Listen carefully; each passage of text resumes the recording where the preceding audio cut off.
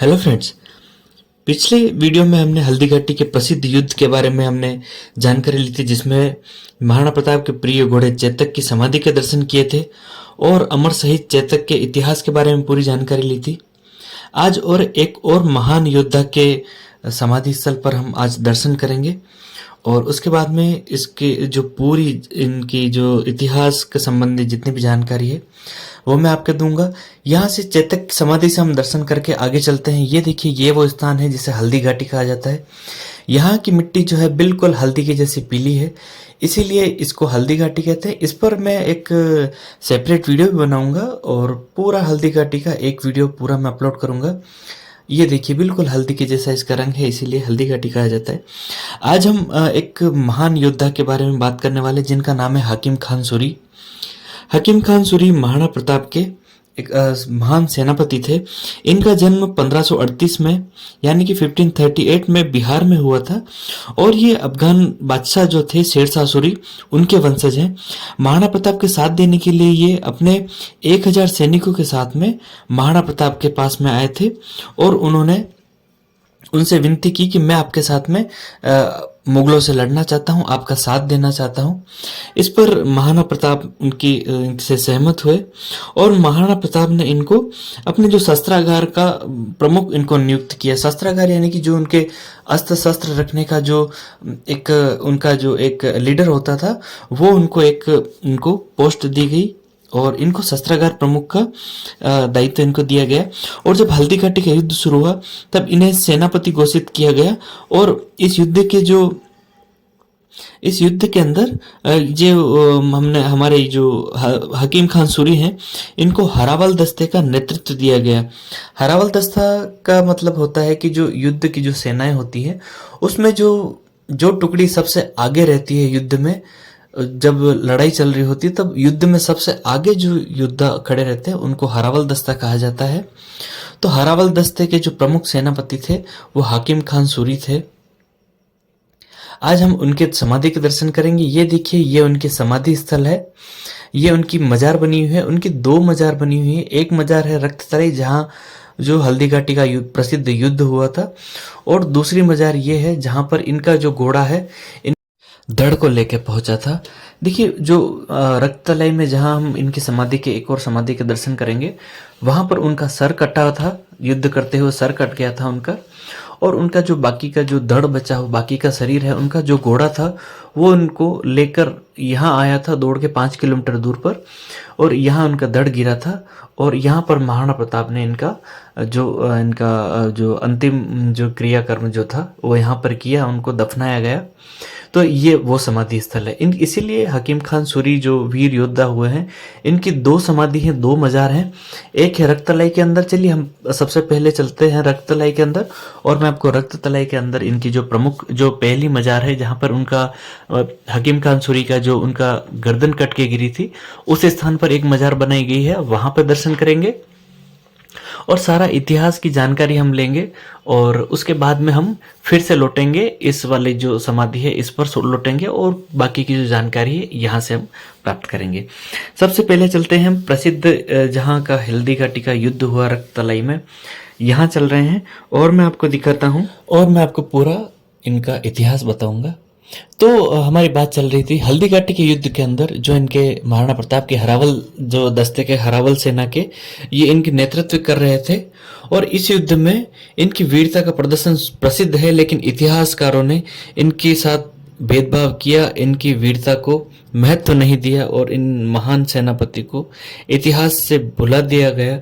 इन्होंने ही मेवाड़ी जो सैनिक थे वो पहले पगड़ी पहनते थे, और क्योंकि पगड़ी पहनते थे, कपड़े की बनी हुई पगड़ी होती थी, तो इन्होंने आदेश दिया कि मेवाड़ के जितने भी सैनिक हैं, राजपूत सैनिक जितने भी हैं, अपनी पगड़ी उतारे और सर पर कवच पहने, जिससे कि जब दुश्मन सेना उन पर अटैक करे, आक्रमण करे, तो उनके सर में किसी तरह का कोई घाव नहीं लगे, चोट नहीं लगे और उनकी मृत्यु नहीं हो। इस तरह से सैनिकों को बचाया जा सके, उनकी हिफाजत की जा सके। इसीलिए इन्होंने सबसे पहले इनको मेवाड़ के जो सैनिक थे उनको ये आदेश दिया कि सब अपने सर पे कवच पहने। ये देखिए, ये ग्वालियर के जो राजा और उनके जो राजकुमार आए थे युद्ध में महाराणा प्रताप का साथ देने के लिए, उनकी ये समाधि स्थल है। वो भी, इसके लिए मैं अलग से वीडियो बनाऊंगा। अभी बात कर रहे हैं हम जो महान सैनिक सेनापति हकीम खान सूरी है इनके बारे में। तो इन महान सैनिक जो सेनापति जो हकीम खान सूरी हैं, इनके नेतृत्व वाले हरावल दस्ते में और भी बहुत से योद्धा थे, जैसे कृष्णदेव चुंडावत हैं, ठाकुर भीम सिंह टोडिया हैं, इसके अलावा रावत सांगा चुंडावत है और ठाकुर रामदास राठौड़ है। इतने योद्धा इनके साथ में हरावल दस्ते में मौजूद थे। ये देखिए, ये इनकी वो वाली समाधि स्थल है, ये वाली मजार है जहां पर हकीम। और जब युद्ध शुरू हुआ तब हकीम खान सूरी ने कहा कि आज देखता हूं कि किस सैनिक में इतना दम है या किस सेनापति में इतना दम है जो आज हकीम खान सूरी के हाथ से उसकी तलवार को छुड़वा दे। और कौन अलग कर देगा हकीम खान सूरी के हाथ से उसकी तलवार। खुदा की कसम, आज इस पठान के मरने के बाद भी तलवार उसके हाथ से नहीं छूटेगी।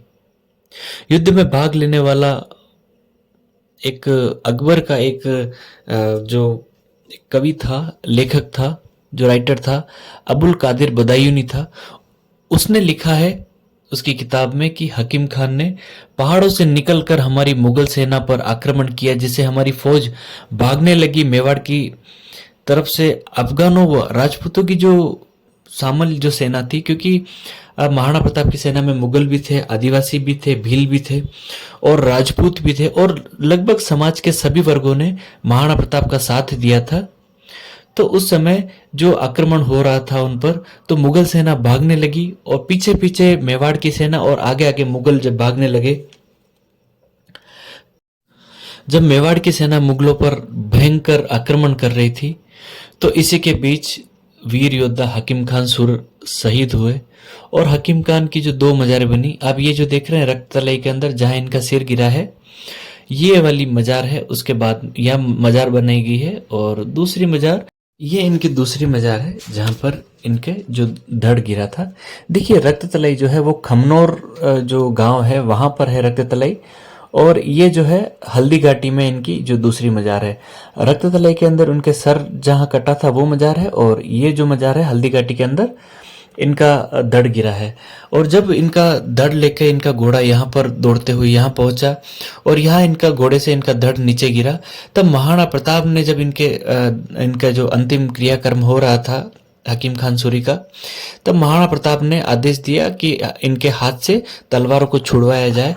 लेकिन इनके हाथ से तलवार अलग नहीं हो पाई थी, तो इसी कारण से इनको तलवार सहित दफनाया गया था। और जब इनको दफनाया तब महाराणा प्रताप के मुंह से एक शब्द निकला कि हल्दी घाटी का पठान वीर जो है आज शहीद हुआ, उसके हाथ से ना लगाम छूटी और ना ही शमशीर छूटी।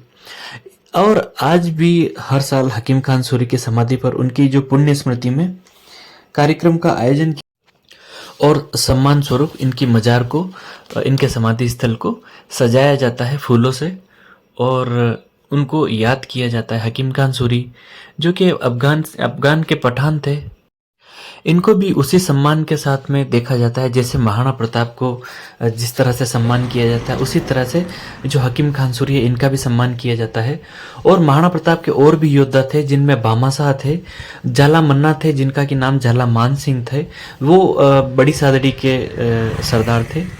और इसके अलावा झाला मान सिंह के अलावा ये हकीम खान सूरी थे, और राणा पुंजा यानी कि भीलू राणा जो थे, जो भीलों के जो सेना के जो सरदार थे, वो भीलू राणा भी थे। ये चार प्रमुख इनके जो सेनापति थे महाराणा प्रताप के, जिनमें से एक हमने कल चेतक के बारे में हमने समाधि के दर्शन किए और चेतक की वीरता के बारे में सुना और पढ़ा और समझा। और आज महान जो हकीम खान सूरी, इनके बारे में आज हमने जानकारी ली, इनके इतिहास के बारे में चर्चा की और इनके समाधि के दर्शन किए। और आगे भी और भी कई योद्धा जिन्होंने हल्दी घाटी के युद्ध में भाग लिया और जो हमारी देश की रक्षा के लिए अपने प्राणों का बलिदान किया, उनके सभी के समाधि स्थल, उनके महल और उनके द्वारा बनाए गए मंदिर और काफ़ी जो इमारतें उनके द्वारा बनाई गई, उनके सभी जगह पर मैं आपको घुमाऊंगा, सभी जगह उनके दर्शन करवाऊंगा। और दोस्तों उम्मीद करता हूँ आज की जो मैंने जानकारी दी है आपको ज़रूर अच्छी लगी होगी। हमारे वीर योद्धाओं के बारे में जानकर आपका सीना ज़रूर चौड़ा हुआ होगा, आपका मन ज़रूर प्रसन्न हुआ होगा और उम्मीद करता हूँ कि आपको वीडियो अच्छा लगा है।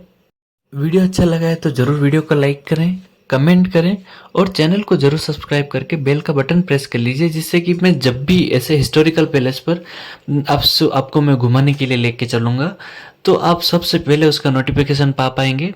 सबसे पहले उनका जो जहाँ भी हम घूमेंगे उसका नोटिफिकेशन आपको मिल पाएगा और आप भी मेरे साथ इन सभी जो हिस्टोरिकल जो स्थानों पर आप घूम सकेंगे, दर्शन कर सकेंगे। तो इसी उम्मीद के साथ कि आप ज़रूर वीडियो को लाइक करेंगे, कमेंट करेंगे और सब्सक्राइब करेंगे। नमस्कार दोस्तों, जय हिंद, जय भारत और बने रहिए मेरे साथ में। मैं हमेशा आपको अलग अलग जगहों पे जो महान क्रांतिकारियों के दर्शन करवा। नमस्कार दोस्तों, जय हिंद, जय भारत, जय महाराणा प्रताप।